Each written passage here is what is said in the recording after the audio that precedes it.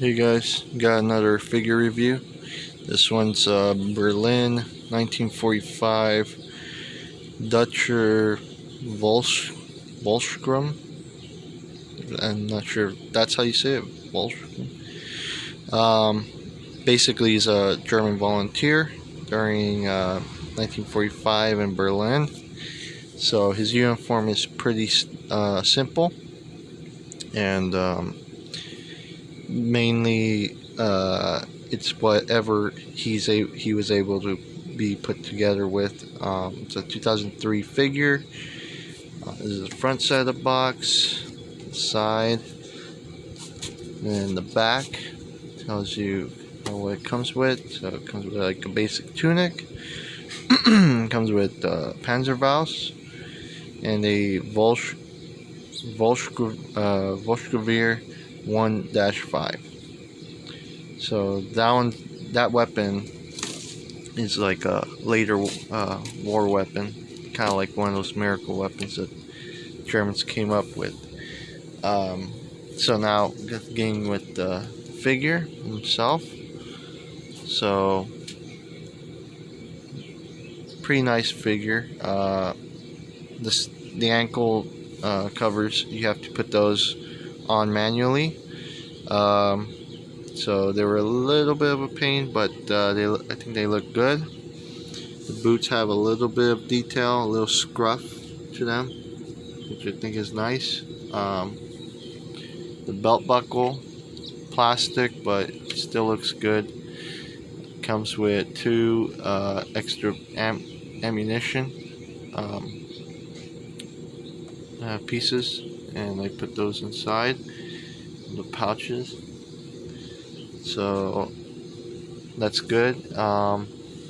You don't have to apply the collar patches or the epaulets. They already put them on for you, so that's kind of helps make it easy to assemble. And then the neat thing about him is this weapon here.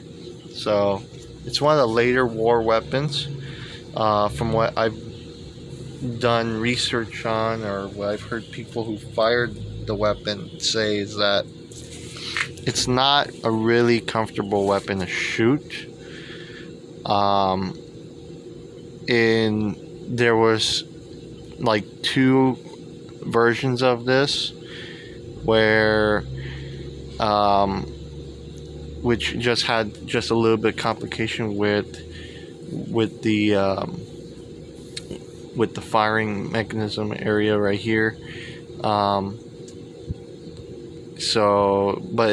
This is like one more later, I think, models of this weapon. Its sights for shooting is quite crude.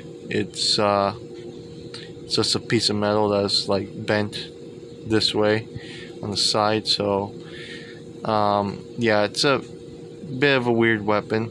I like that at least it looks very detailed. It doesn't have anything that moves like some rifles have for some of the other figures.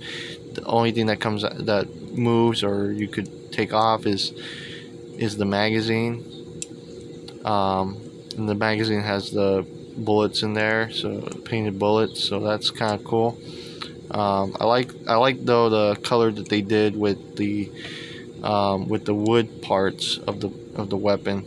I thought that looks very nice. The strap, I also like that they use this imitation leather. So I think it's a good model. So going back to the figure, so he comes with the basic oops, my bad.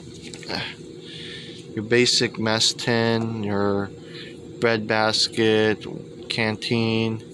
Also comes with a bayonet, and then this is the strap you have to use for the ammo pouches. So that's like a whole different thing you have to put together. One of the unique things too about this figure, it comes with glasses, and then his helmet is very plain, and that's because it's one of the later figures in the war. So they usually didn't by that time.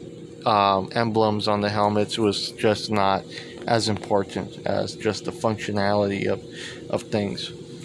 So the other cool thing is the armband he carries. I think that looks really cool. The armband's already on the figure, so you don't have to. And it's not permanently there, so you can actually remove it if you want to do something else with him. He has an undershirt, so that looks pretty cool. It looks nice. If I take off the helmet, you can see his head sculpt. His hair is kind of just painted on hair, but I still think he looks pretty good. Yeah, so I mean, it's not. There's other figures that have a lot more detail in terms of on the head sculpt, but I think he does pretty well. So, especially with the helmet on, I mean, it's the hair up here by the edge. It's not too much of a big deal. So yeah, and I said he did come with a Panzerfaust. So this is the Panzerfaust. And I have another one which is kind of weird because see this one, the whole piece right here comes off. So you get the whole head of the projectile, the whole thing comes off. I have another one though where only this part comes off, not the rest, not this piece. So I thought it was kind of cool that I finally have one that actually has the whole piece come off. So yeah, so the reason why I got this figure was because in this battle for Aachen, there was troops kind of like this one, volunteer citizen type troops that did fight to defend the city. So I kind of wanted to get a figure that was gonna kind of represent that. And it doesn't say Berlin specifically on his armband or anywhere, so that was cool because then I could now use them for that or for another scene. So that's it for this review. Next video might be an update with the city of Aachen, and then I might do another Carlswald figure review after that. So stay tuned for that, and see you in the next one.